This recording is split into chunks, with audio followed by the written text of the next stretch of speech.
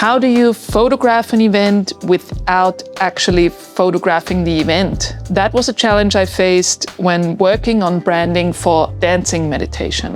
Alex is a bodywork practitioner who was launching a new event series called Dancing Meditation. And we wanted to create a branding for this event. So it was important to understand the character of dancing meditation, not just what it is, but how it is supposed to feel. And for this branding and the promo materials, we wanted to have some photos. Now, I had started with stock photography, but I couldn't find anything that seemed suitable for what we were trying to create. And we also didn't find it a good idea to photograph during the event, at least not yet, because the event's very much supposed to feel comfortable. We're not going to go in there with, cameras and flash photography and just photograph people while they're in the zone. And it's very much about them getting into the zone. That's the whole point of it. So as I was sitting with the branding, coming up with designs for Facebook and Instagram and whatnot, I was wondering how could we capture the essence of dancing meditation without documenting the event itself. When you look for images of dancers, you will usually find sort of professional dancers, doing hip hop dance or maybe even salsa. Or you might find party situations of people dancing in a club or in some sort of private setting.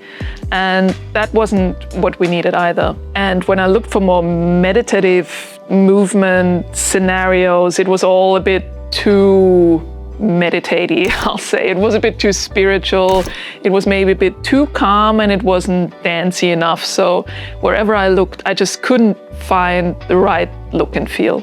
But looking through these stock photos, there was an idea that kept capturing me. I found these long exposure dancing photos, and these were photos of professional dancers in a studio. They were very stylized, and these photos as well weren't right for what we were doing. They wouldn't convey what dancing meditation is about. But the idea stuck with me, the idea of capturing movement through long exposure photos. It seemed to me that we could really capture this feeling I was looking for, the groundedness, the calm, the stillness of a photo with the movement that can be seen as movement trails through the long exposure technique. I had this vision of just creating this real character in the images, and so I pitched this idea to Alex. And here's where I admit that I had one problem when it came to this idea, which was that I didn't quite know how to do that yet. Now, of course, I knew the concept of what I was trying to achieve. Long exposure photo, using flash. The flash would serve as the still image, while the long exposure would make sure I would get these streaks of movement. But how to do it exactly, how to make it work? I was doing some tests and that was good enough, but I didn't want to risk messing it up when I had actual people in a setting, and I had to make sure I would pull this off. So what I did was I reached out to an experienced photographer friend of mine and asked him what would his process be, and he was kind and generous enough to give me some pointers. After I had shown him some of the stock images that had inspired me and explained my whole idea to him, one thing that he told me about was rear curtain flash. And quite frankly, that wasn't something I'd heard about yet. I wasn't very experienced with flash photography yet on a kind of more technical level like this. And so I had to do a bit of research. So basically, in case you don't know, usually when you do flash photography, the flash will shoot at the beginning of the exposure, and then you have however long the exposure takes. Usually that isn't very long, it goes in a flash. But in the case of long exposure photography, we might go a few seconds or we might go a minute. So the concept of timing when you want the flash to shoot makes more of a difference. When you shoot the flash at the beginning, you will have any sort of movement afterwards.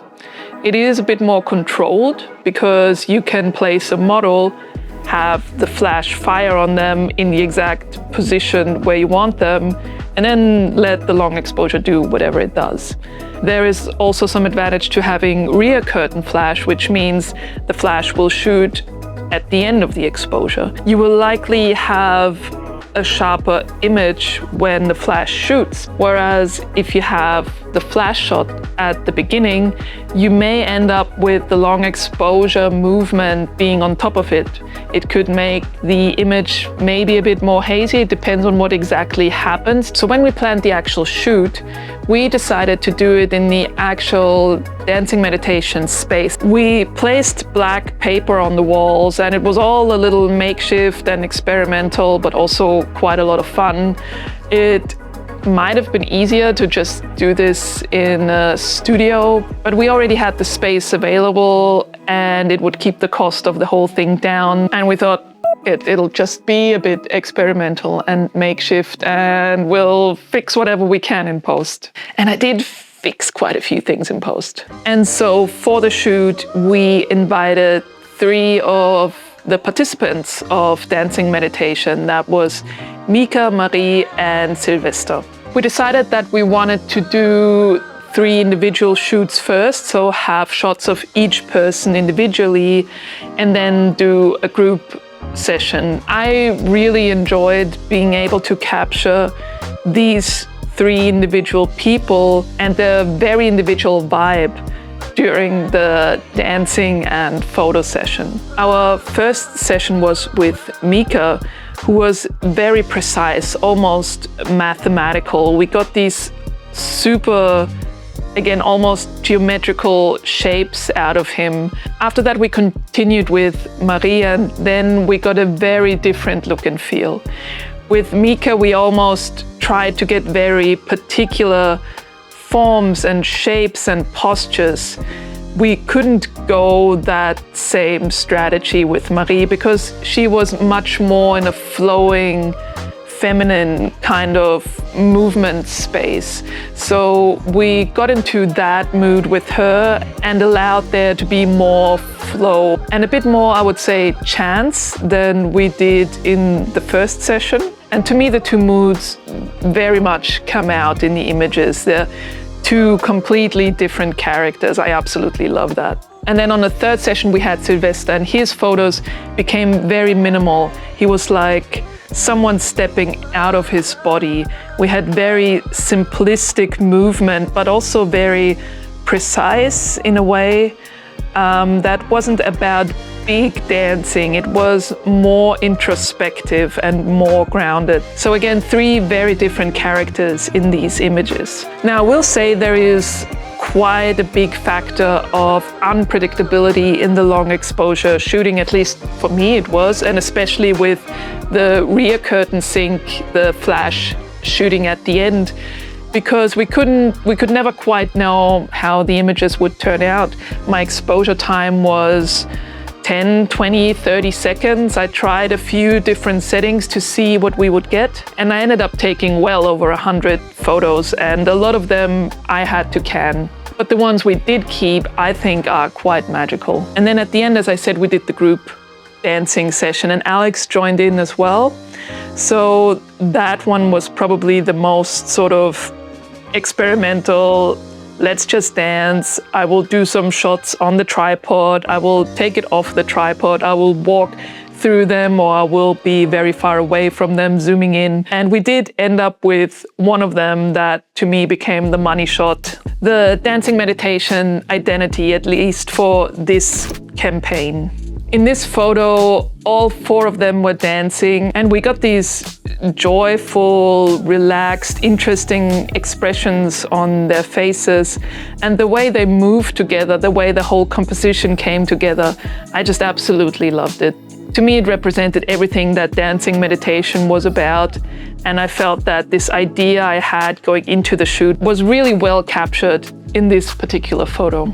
And I will also say there was quite a bit of editing after the shoot because the black paper was very makeshift. I just had this one roll that we kind of stuck together on the wall. And if I get to do something like this again, I would probably go into a studio so I wouldn't have to take care of all of the background stuff and focus a lot more on the people, on the shooting and getting all of that right. So I could also spend a little less time in the editing. But for what this was, cheap, experimental, a new experience, I think it went really well. So when it comes to the finished images, we were quite happy with the result.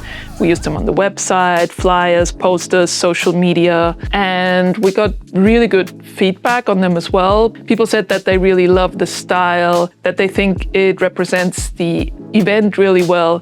It goes well with the whole branding, the colors, everything. It became part of the whole branding system that we created for dancing meditation. And this is actually the thing that I find most interesting about being in the media production space, not to focus on just one area of it, just the photography, just the design, just the web, but actually building complete systems. And to me, the thing that I always try to figure out the most is how can I get the right feeling out of it? How can I create that? I wanted to capture movement and presence without disrupting the actual event itself.